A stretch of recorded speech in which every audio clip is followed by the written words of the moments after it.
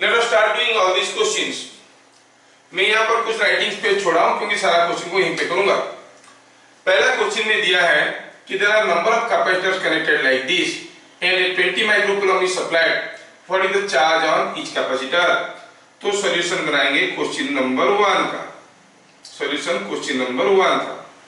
तो पहले देखेंगे कि सारा कैपेसिटर जो है वो पैरेलल में, तो आप क्या कहोगे, इक्विवेलेंट कैपेसिटेंस पैरेलल में क्या होता है, ऑर्डिनरीली ऐड कर लेते हैं 2 + 3 + 5 10 माइक्रोफैराड, मतलब यहाँ पर जो तीनों है it is equivalent to 10 microfarad.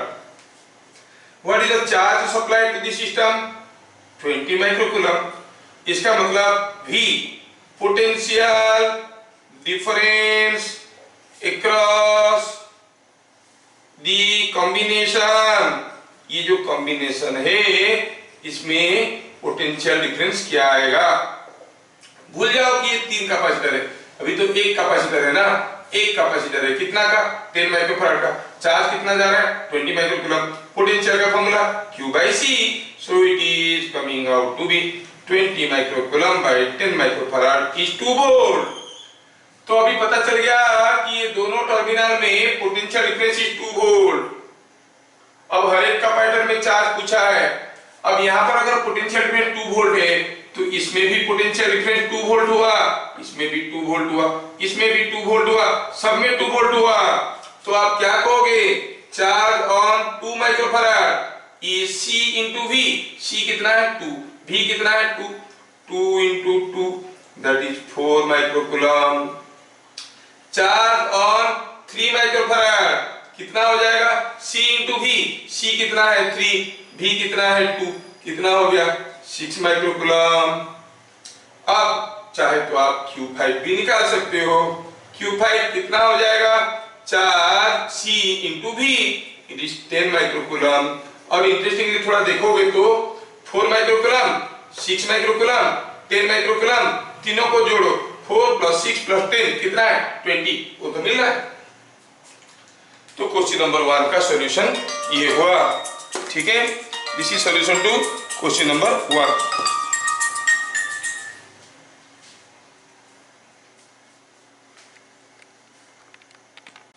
Now we shall see solution to question number 2।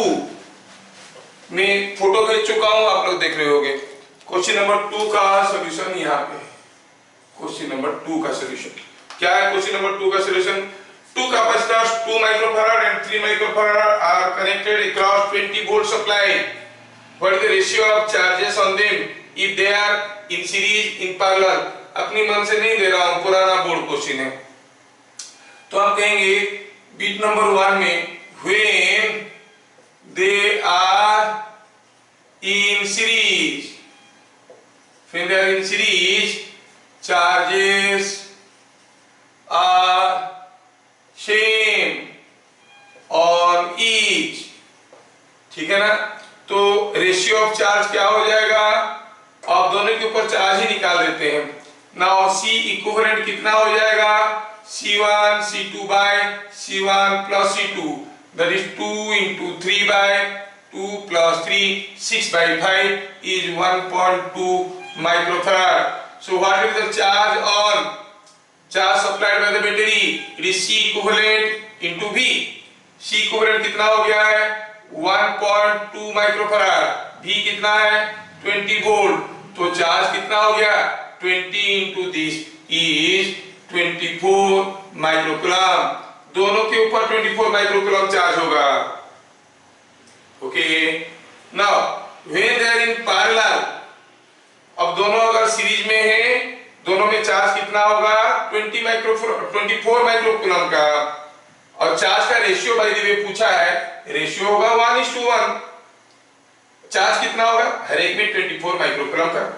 फिर दे आर इन पैरेलल, अगर वो पैरेलल में है तो कितना होगा, in parallel V is same, दोनों में V सेम होगा। तो हम क्या कहेंगे, charge on the first one by charge on the second one is C1V by C2V। V को कैंसिल कर गया, C1 हो गया 2 by 3. The ratio is 2 by 3. So when you say they are in parallel, the charges are in the ratio 2:3. और क्या charge है? C1 भी, इसमें चार्ज C2 भी, ओके, क्योंकि पैरेलल में दोनों में भी बराबर होगा। क्वेश्चन नंबर 2 भी समझ में आ गया। क्वेश्चन नंबर 3 का सॉल्यूशन यहाँ पे करते हैं। ध्यान से देखिए, ये बड़ा इंपॉर्टेंट क्वेश्चन है, जब भी आया है 3 मार्क का आया है। A capacitor of 2 microfarad was charged to 10 volt. Then it was connected across a 3 microfarad on charged capacitor. What will be final charge on each capacitor? ध्यान से देखें, पहला केस में क्या हुआ? पहला केस में हुआ यूं कि कोई एक 2 माइक्रोफैराड का कैपेसिटर को हम चार्ज कर दिए। कितने वोल्ट में? 10 वोल्ट में। 2 माइक्रोफैराड है, ऑब्वियसली इसमें चार्जेस रहेंगे। What is the charge on capacitor? C into V, 20 microcoulomb. पता चला इसमें है +20 माइक्रोकूलम, इसमें है -20 माइक्रोकूलम। अब इसको लेके आए, लेके क्या करें हम लोग? एक 3 माइक्रोफैराड कैपेसिटर की ऑन चार्ज कैपेसिटर के क्रॉस में लगा दी। क्रॉस मतलब कनेक्टेड इन पैरेलल, ठीक है। तो सेकेंड केस में हुआ यूं कि आपका जो 2 माइक्रोफैराड कैपेसिटर चार्ज था, ये वाला, उसको लाके आपने लगाया किसके साथ? एक 3 माइक्रोफैराड के साथ। 3 माइक्रोफैराड ऑन चार्ज कैपेसिटर के साथ आपने इसको लगा दिया। इसमें ऑलरेडी कुछ चार्ज था। जैसे स्विच ऑन किए, इसमें कुछ पोटेंशियल डिफरेंस था, उसके चलते ये भी चार्ज होने लगेगा। चार्ज होने लगेगा मतलब यहां से कुछ चार्ज निकल के इसमें आ जाएंगे। पूछा है बताओ what will be the final charge on each capacitor. अच्छा, ये वाला जो प्लेट है, ये वाला प्लेट में कितना चार्ज था? 20 माइक्रोकूलम चार्ज था। तो यहाँ पर 20 माइक्रोकूलम था, अब इधर क्या था? -20। अगर हम इसको ऐसे कनेक्ट कर देते हैं, यहाँ पर जो 20 माइक्रोकूलम चार्ज था वो ज्यादा से ज्यादा भाग के यहाँ तक आ सकता है और इधर तो नहीं जा सकता। मतलब फाइनली इसमें कुछ चार्ज होगा, इसमें कुछ चार्ज होगा, ये दोनों प्लेट का चार्ज मिला के वही 20 माइक्रोकूलम होगा। तो कैसे डील करेंगे ऐसा केस को? ये 2 माइक्रोफैराड का कैपेसिटर था, हम कहेंगे Q टोटल। टोटल कितना है सिस्टम में? टोटल चार्ज कितना है? जितना था वही है। Charge can neither be created nor be destroyed. C total, total capacitance कितना है? Now this two are in parallel, so 2 + 3 is 5 microfarad. तो what will be the voltage equivalent potential difference across the combination. अब यहाँ पर एक capacitor है, दोनों मिलके 5 माइक्रोफैराड का, जिसमें चार्ज है 20 माइक्रोकूलम का, तो पोटेंशियल डिफरेंस कितना हो जाएगा? Q total by C total. ऐसे किए तो क्या मिला? देखो तो Q टोटल हो गया 20/5, so it is coming out to be 4 volt. तो पहले तो ये 10 वोल्ट में चार्ज था, लेकिन कनेक्ट करने के बाद ये 4 वोल्ट का बन गया, ठीक है, 4 वोल्ट का बन गया। Now the potential difference across the combination is 4 volt. अच्छा, अगर 4 वोल्ट है तो फिर इसमें कितना चार्ज है, इसमें कितना चार्ज है? अब इसमें पोटेंशियल डिफरेंस 4 वोल्ट है, तो potential difference across each capacitor is now 4 volt. Thus, PD across each capacitor is 4 volt. So, charge on 2 microfarad कितना होगा? 2 into 4 8 माइक्रोकूलम। चार्ज का क्या फॉर्मूला है? C into V। And charge on दूसरा वाला 3 microfarad, 3 into V, that is 12 microcoulomb. और आप देख सकते हो इंटरेस्टिंगली 3 माइक्रोफैराड में अभी 12 माइक्रोकूलम है, इसमें 8 माइक्रोकूलम है, दोनों मिला के 20 माइक्रोकूलम जो था वही है।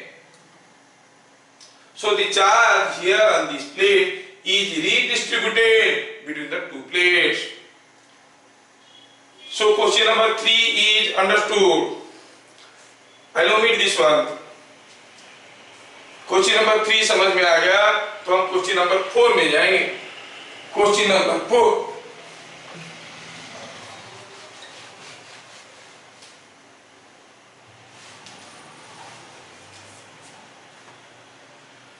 Solution to question number 4। क्या दिया है? एक मल्टीप्लेट कैपेसिटर था 20 प्लेट और कैपेसिटेंस था 20 microfarad. Let A is plate area, D is plate separation, plate separation is D। तो फॉर 20 प्लेट कैपेसिटेंस क्या होता है?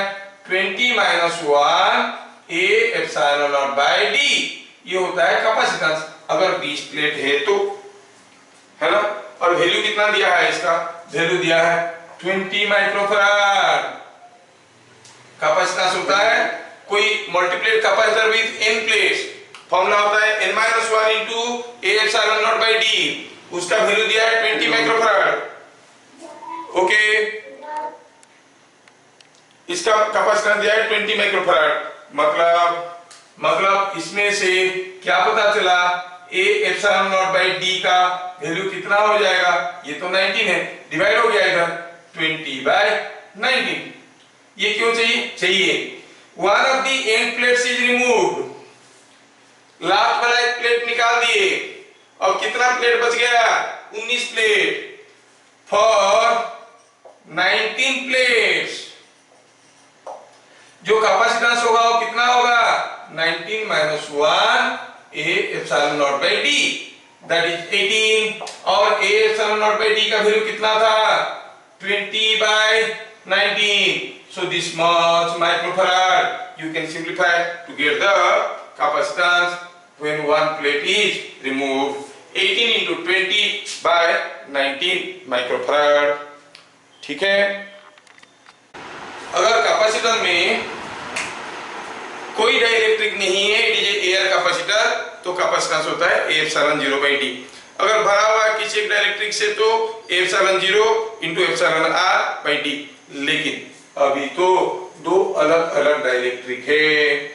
ऐसा केस में हम जानते हैं कि capacitance is the property associated with dielectrics, तो हम इसको ऐसे कह सकते हैं कि it is as good as two capacitors in series. हर एक का प्लेट A है, इसका प्लेट सेपरेशन D1 है, इसका D2 है, इसके अंदर जो भरा हुआ है उसका परमिटिविटी एप्सिलॉन R1 है, इसके अंदर जो भरा हुआ है इसका परमिटिविटी एप्सिलॉन R2 है। Now this is equivalent to a arrangement like this.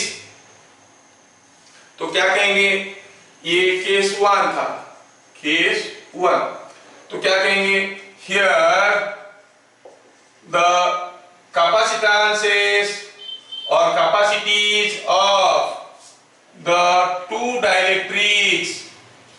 two dielectrics are in series. So equivalent capacitance is 1 by C1 1 by C2। जबकि C1 कितना है?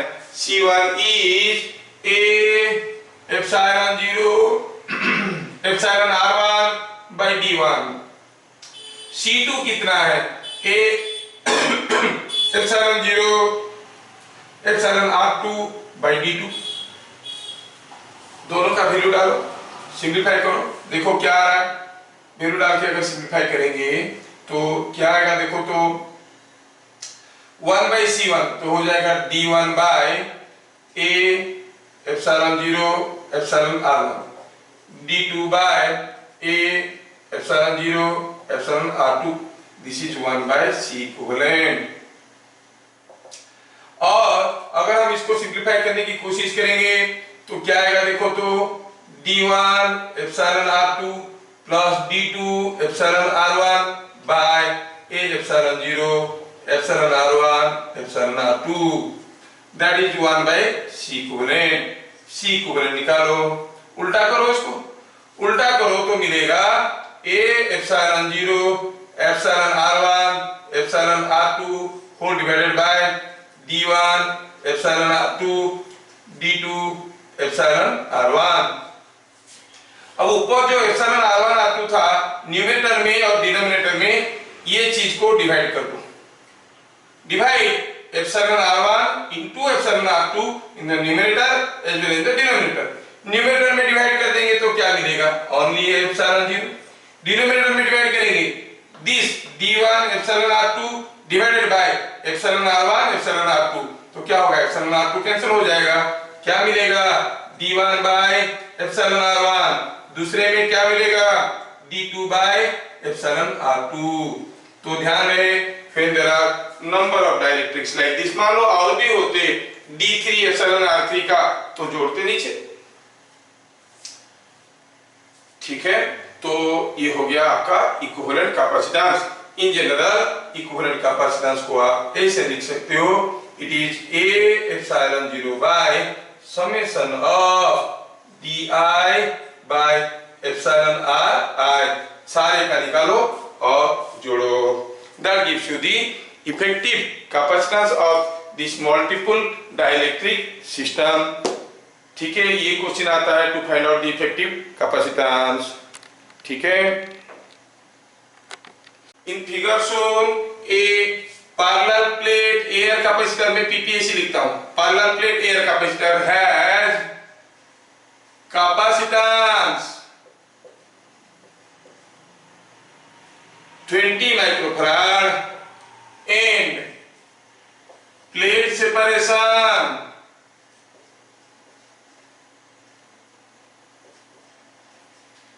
6 millimeter. A dielectric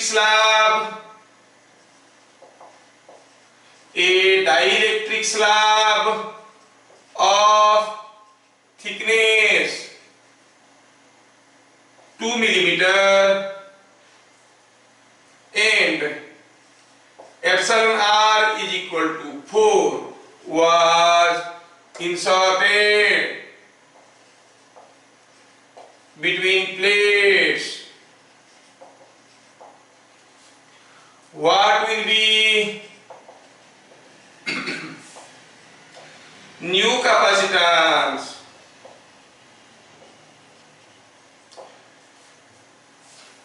तो फिगर में क्या दिया है? कोई एक 6 मिलीमीटर का कैपेसिटर था, इसके अंदर आप 2 मिलीमीटर थिकनेस का डाइलेक्ट्रिक डाल दिए हो, बाकी खुला एयर है. This is air and this is epsilon r is equal to 4. और कितना है ये? 2 मिलीमीटर का पूछा है. अब बताओ क्या होगा कैपेसिटेंस? वो तो बाद में देख लेंगे, पहले देखेंगे कि here parallel plate air capacitor था, मतलब a epsilon 0 by 6, a epsilon 0 by 6 का वैल्यू क्या था? इट वाज 20 माइक्रोफैराड, है ना. तो फिर a epsilon 0 का तो वैल्यू हमें मालूम है. ठीक है, 6 अब 6 मिलीमीटर था, हम मिलीमीटर भी रहने देते हैं क्योंकि रेशियो निकालेंगे तो कट जाएगा. और कभी कभार कंफ्यूजन एफर्ट करने के लिए we can write like this. So a epsilon 0 is 20 into 6 is 120 into 10 power minus 3. अब पूछा है इसमें, नाउ हियर न्यू कैपेसिटेंस का formula a epsilon 0 by d1 by epsilon r1 d2 by epsilon r2. जितना medium है, d1 कितना है? d1 is 2 millimetre, that is 2 into 10 power minus 3 metre. epsilon r1 कितना है? 4. d2 कितना है? 6 मिलीमीटर था, 2 मिलीमीटर ये ऑक्युपाई कर लिया है, बाकी तो ऑब्वियसली 4 मिलीमीटर है. So it is 4 millimetre, that is 4 into 10 power minus 3. और epsilon r2 क्या है? अरे ये तो एयर है मतलब 1. सो वैल्यू क्या आ गया देखो, तो हम कहेंगे a epsilon 0 की जगह वैल्यू डाल देते हैं 120 into 10 power minus 3. d1 कितना हो गया? d1 is 2 into 10 power minus 3 by 4 plus ये कितना है? 4 into 10 power minus 3 by 1. Simplify करो भाई, ये हो जाएगा 10 पावर माइनस 3 नीचे से कॉमन गया, ऊपर से कैंसिल हो गया, क्या बच गया, ऊपर रह गया 120, नीचे 2/4 प्लस 4/1, कितना हो गया, 2/4 is 1/2, 4.5, so it is 120/4.5, that is 240/9 microfarad. So जो नया कैपेसिटेंस बन गया वो 240/9 माइक्रोफैराड है। ठीक है,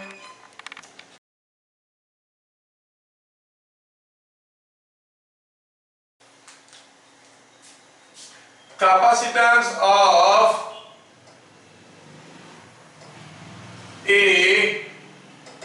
बुक में लिखा है capacitance of a conducting sphere, charge conducting sphere और कंडक्टिंग स्फीयर, हम तो लिखेंगे due to a conducting sphere, conducting sphere. देखो ये जो कैपेसिटेंस है कंडक्टिंग स्फीयर का, वो कंडक्टिंग स्फीयर का कैपेसिटेंस नहीं है, किसका कैपेसिटेंस है, हम तो बता चुके हैं the capacitance is property of a dielectric. Dielectric किसको कहते हैं, जिसमें डाइपोल होता है, कंडक्टर में फ्री चार्जेस होते हैं, बाउंड चार्जेस नहीं होते। तो फिर बुक में ये चैप्टर क्या दिया, अब सोचो कि कोई एक चार्ज, कोई एक स्फीयर है, कंडक्टिंग स्फीयर, ये मान लेते हैं कि इसका रेडियस r है। अगर इसका रेडियस r है तो बुक में लिखा है इसका कैपेसिटेंस कितना निकालो, इसका कोई कैपेसिटेंस नहीं होता है। क्या होता है कि जब हम इसको कोई चार्ज दे देते हैं, उस चार्ज के चलते क्या होता है, यहां से फ्लक्स निकलते हैं, फ्लक्स निकलने के कारण क्या होता है कि जो फ्लक्स जिस मीडियम में जा रहा है, एयर मीडियम में जा रहा है, that air medium is a dielectric. ठीक है ना, तो कैपेसिटेंस इफेक्ट किस में दिखाएगा, इन द सराउंडिंग एयर। ध्यान रहे, जो कंडक्टिंग स्फीयर का कैपेसिटेंस बोल रहे हो वो कंडक्टिंग स्फीयर का नहीं है, it is capacitance of the surrounding medium. When A conducting sphere is charged,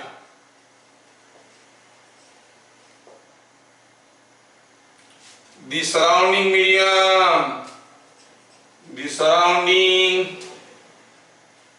medium exhibits capacitance effect, capacitance effect. ध्यान रहे, वाई, क्योंकि line of flux surrounding medium में जा रहा है, जिसमें लाइन ऑफ फ्लक्स जाएगा, जहां पर इलेक्ट्रिक फील्ड होगा उसी में आपको कैपेसिटेंस इफेक्ट मिलेगा। कोई वायर में रेजिस्टेंस है, और है तो है, कब पता चलता है, जब हम कोई करंट पास करने की कोशिश करते हैं, हाँ रेजिस्टेंस है, बिना कोई करंट दिए हम कह सकते हैं कि इसका रेजिस्टेंस है, और किसको अपोज करेगा, करंट देंगे तो रेजिस्टेंस इफेक्ट वो एग्जिबिट करेगा। सिमिलरली सराउंडिंग एयर में जब हम इलेक्ट्रिक फील्ड लगाए तो क्या हुआ, ये कैपेसिटेंस इफेक्ट एग्जिबिट करेगा। कहां तक, जहां तक इलेक्ट्रिक फील्ड है, कहां तक इलेक्ट्रिक फील्ड होगा, यहां से इंफिनिटी तक इलेक्ट्रिक फील्ड होगा। ठीक है, तो हम क्या कहेंगे, the surrounding medium exhibits capacitance effect up to infinity. ओ ऐसा है, यहां से लेके इंफिनिटी तक जो सराउंडिंग मीडियम है वो कैपेसिटेंस इफेक्ट दिखाएगा। अच्छा, तो बहुत बड़ा कैपेसिटर हो गया, कितना होगा इसका कैपेसिटेंस, चलो देखते हैं। Let us find out the capacitance. Capacitance निकालने का तरीका क्या था, जो डाइलेक्ट्रिक है जिसमें हम कैपेसिटेंस इफेक्ट देखना चाहते हैं उसमें Q चार्ज देंगे और उसके दोनों तरफ क्या पोटेंशियल डिफरेंस है देखेंगे।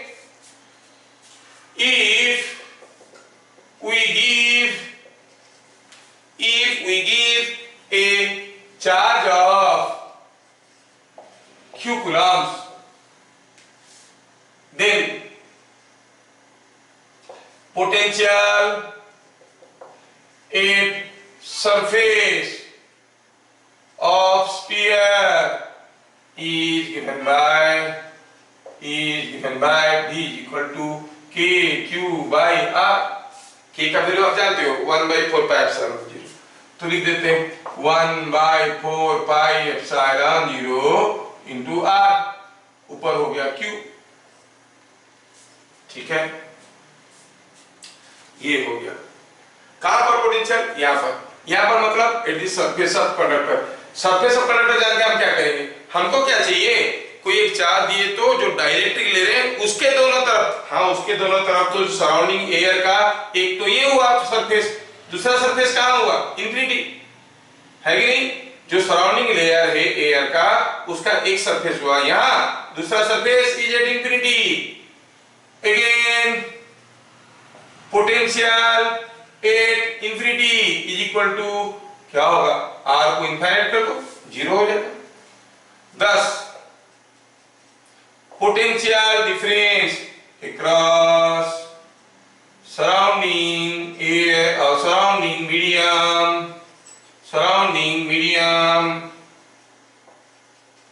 हम इसको एप्सिलॉन 0 लिखने की जगह एप्सिलॉन लिखते हैं, क्योंकि हो सकता है कि एयर में है या फिर किसी गैस में है या ऑयल के अंदर है, कुछ भी हो सकता है। thus potential difference across the surrounding medium is q by 4 pi epsilon r minus 0 is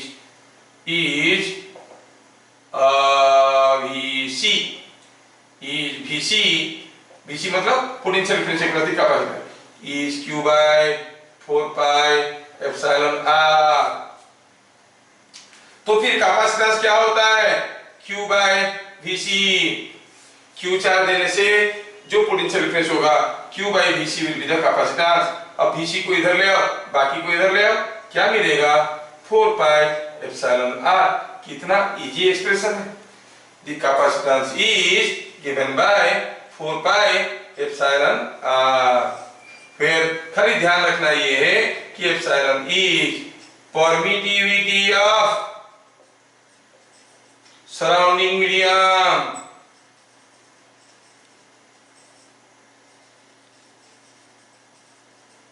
surrounding medium का परमिटिविटी हो गया एप्सिलॉन। अगर सराउंडिंग मीडियम एयर है तो एप्सिलॉन 0, अगर ऑयल में डूबा हुआ है epsilon 0 into epsilon r। so you see a very simple expression for capacitance due to a conducting sphere। ठीक है, क्वेश्चन ऐसा है कि a hollow conducting sphere, a hollow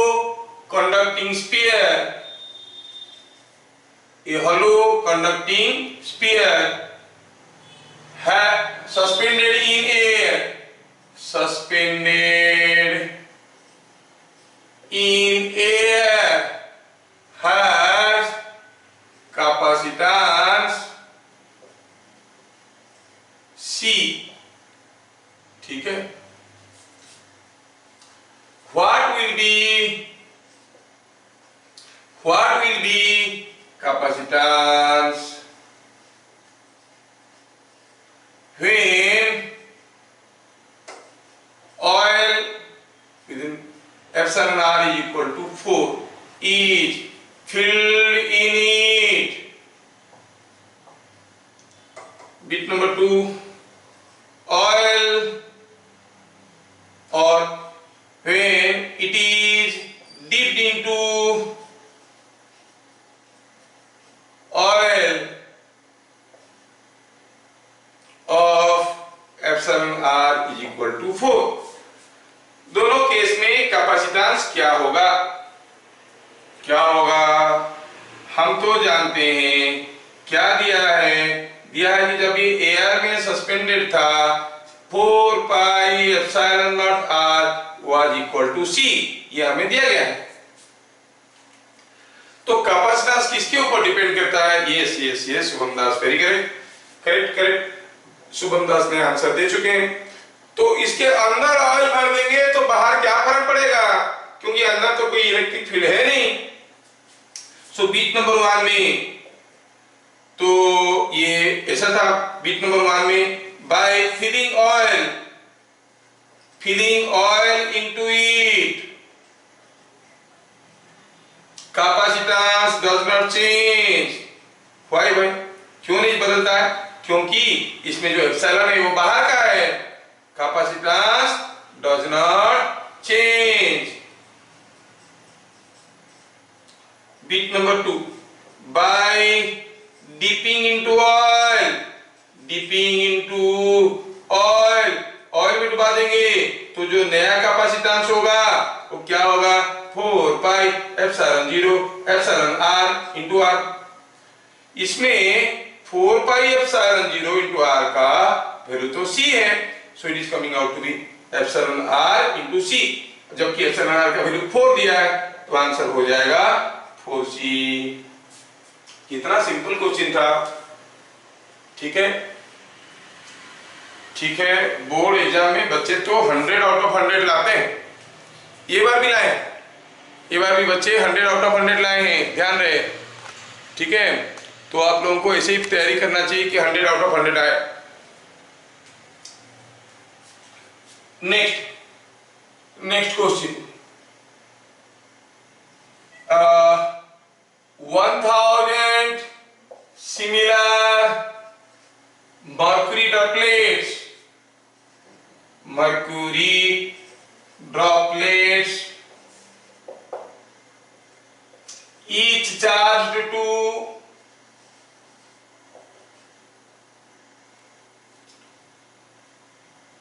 V volt, V volt 1000 की जगह n ले लेते हैं। n number of similar mercury each are to V0 volt combine together, find what will be potential of each drop of bigger drop का potential क्या होगा, ऐसा पूछा है। You are asked to find out what will be potential of the bigger drop, ऐसे करके पूछा है। ठीक है, बिगर ड्रॉप का पोटेंशियल निकालना है तो कैसे निकालेंगे? देखना ये है इसमें कि बहुत सारे छोटे छोटे ड्रॉप थे, वो यूजुअली 1000 दे देंगे या 8 दे देंगे या 729 दे देंगे, लेकिन हम लोग जनरल कर लेते हैं ताकि आपको फॉर्मूला मिल जाएगा। इस क्वेश्चन को सॉल्व करने के बहाने मैं कुछ फॉर्मूला भी डिराइव कर लूंगा यहाँ पे। Let C0 is capacitance of each droplet, हर एक ड्रॉपलेट का कैपेसिटेंस C0 है, जिसके बारे में अभी कुछ पूछा नहीं है, फिर भी मैं निकाल दे रहा हूं। C0 is capacitance of each droplet, क्या है? How much is the formula? 4 pi epsilon 0 r।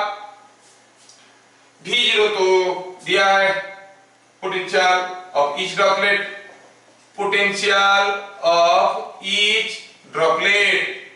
ठीक है, और जब ये छोटे छोटे बहुत सारे ड्रॉप मिल जाएंगे तो क्या होगा?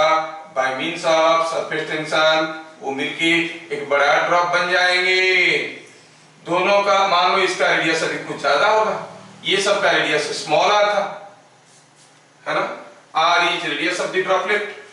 तो आप क्या कहोगे?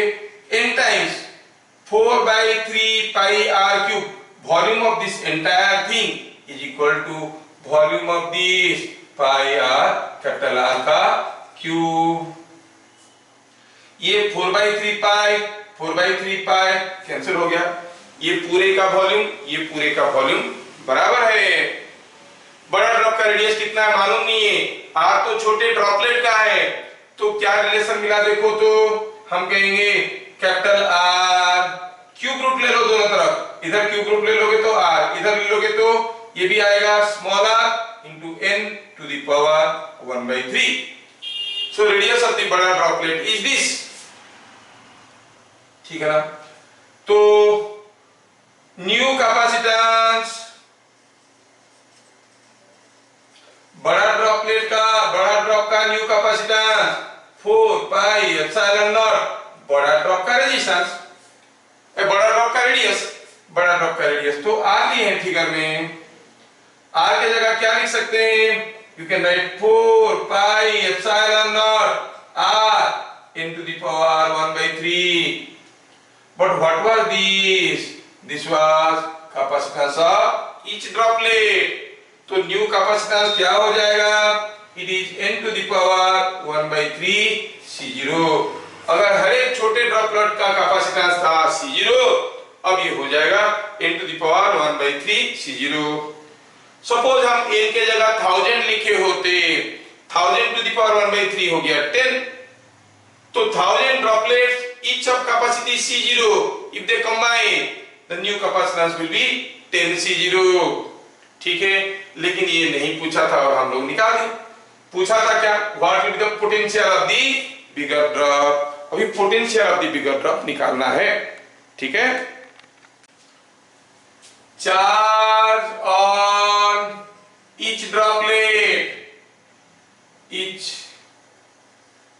ड्रॉपलेट, हर एक ड्रॉपलेट पे क्या चार्ज था, C0 इंटू V0, क्योंकि हर एक ड्रॉपलेट का कैपेसिटेंस C0 था और उसका वोल्टेज V0 था। So total charge on bigger drop कितना होगा, charge can neither be created nor be destroyed. सारे का चार्ज मिल जाएंगे n times n C0 V0। ठीक है ना, जो बड़ा ड्रॉपलेट बनेगा उसका चार्ज कितना होगा, ये होगा। तो फिर तो आप क्या कहोगे, बड़ा ड्रॉपलेट का जो कैपेसिटेंस था यहां पे लिख दिए हैं C डैश सपोज, तो ये Q dash is equal to this, so V dash that is potential of bigger drop. Bigger drop का पोटेंशियल क्या हो जाएगा, अरे ये तो Q बाई C होता है, n C0 V0 by C dash था क्या, n to the power 1/3 C0। एक C0 दूसरा C0 को खा गया, ये ऊपर गया, सिंप्लीफाई हुआ तो मिला n to the power 2/3 V0। अब ये क्वेश्चन में वो n के जगह 1000 100 729 8 कुछ भी दे सकते हैं, accordingly you have to put the values and find out what is the voltage।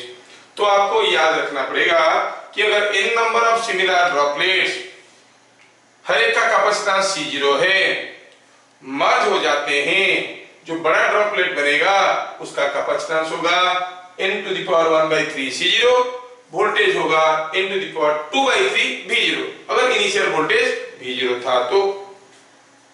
समझ में आया, ये एक बहुत ही इंपॉर्टेंट क्वेश्चन है, इसको आप लोग ध्यान से प्रैक्टिस करना। ठीक है।